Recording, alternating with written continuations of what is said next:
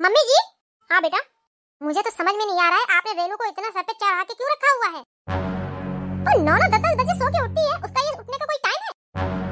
मेरे टाइम पे तो पूरे घर ने बड़े ड्रामे करे हैं और आज उसको इतनी छूट दी जा रही है। बेटा उसकी तबीयत नहीं सही है, उसको बुखार आ रहा है। अब उसको बताओ इतनी तबीयत उसकी खराब है, उसे मैं कोई काम के लिए कहूँ? वाह वाह वाह वाह वाह, बड़ी तबीयत खराब है। मेरे टाइम पे आपको मेरी तबीयत नहीं दिखाई देती थी खराब? एक बात कान खोल के सुन लीजिए मम्मी जी, आधा काम वो करेगी आधा काम मैं करूंगी। मैं कोई नौकरानी नहीं हूँ और वो किसी रईस खानदान से नहीं आके बैठी इस घर में।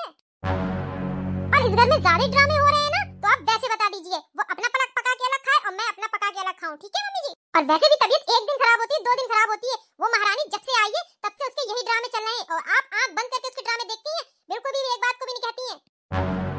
रोज रोज का यही ड्रामा लगा के रखा है।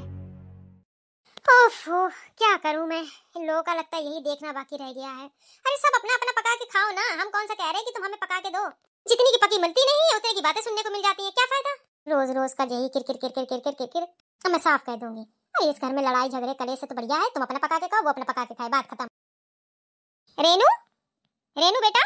अरे मम्मी जी आप। जी मम्मी जी बताइए। और बेटा तुम्हारी तबीयत ठीक है? हाँ मम्मी जी, लेकिन सर में थोड़ा सा दर्द है। अच्छा, मैंने सोचा तुम्हारी तबीयत ठीक होती तो इस टाइम थोड़ा देख लेती, बड़ी बहू के साथ खाना आने की थोड़ी हेल्प करा देती। लेकिन मम्मी जी मेरे सर में अभी थोड़ा सा दर्द है। चलो रहने दो, तुम आराम कर लो, फिर मैं ही देख लेती हूँ। अच्छा, तो महारानी के हिस्से का काम मम्मी जी कर रही हैं, सही है। अच्छा, वैसे सर में दर्द रहता है, बात करने के लिए कोई सर में दर्द नहीं है। रेनू जी बोलिए दीदी। क्या बात है, तुम्हारे तो सर में दर्द हो रहा था और वैसे भी काम के टाइम पे ही तुम्हारे सर में दर्द होता है। मम्मी जी वहाँ झाड़ू लगा रही हैं, वो तुम्हारा काम है, मम्मी जी का नहीं है, जो तुम्हें इतना सर पे सवार करके रखा है उन्होंने। मुझे तो समझ में नहीं आ रहा दीदी, आप मेरे पीछे क्यों पड़ी हुई हैं? जब मम्मी जी को कोई दिक्कत नहीं है तो आपको इतनी दिक्कत क्यों होती है? मुझे दिक्कत इसलिए हो रही है कि तुम यहाँ फोन पे आराम से बैठ के बात कर रही हो, तुम्हारे हिस्से का मम्मी जी कर रही हैं और तुम ये सब ड्रामे कर रही हो। वैसे दीदी मुझे ऐसा क्यों लगता है कि आप मुझसे इतना जलती हैं?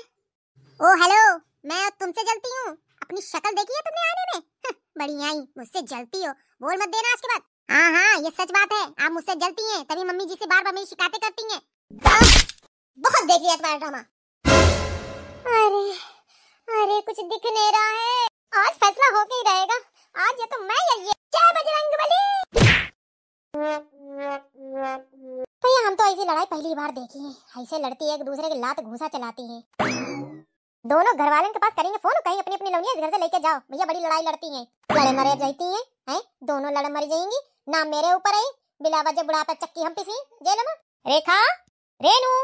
आए हैं रेखा और रेनू के दीवाने, इन्हें पता ही नहीं है इनकी औरतें एक एक पौवा चढ़ाए लेटी हैं, बच्चों को काम हमें करन पड़ी। माँ रेखा कहाँ है और माँ रेनू कहाँ चली गई? आवाज दे रहे हैं कोई जवाब ही नहीं मिल रहा है, क्या करोगे तुम दोनों? पहले बताओ, जो काम है हमें बताओ। अरे माँ भूख लग रही है, खाना खाना है। अरे माँ कहाँ जा रही हो?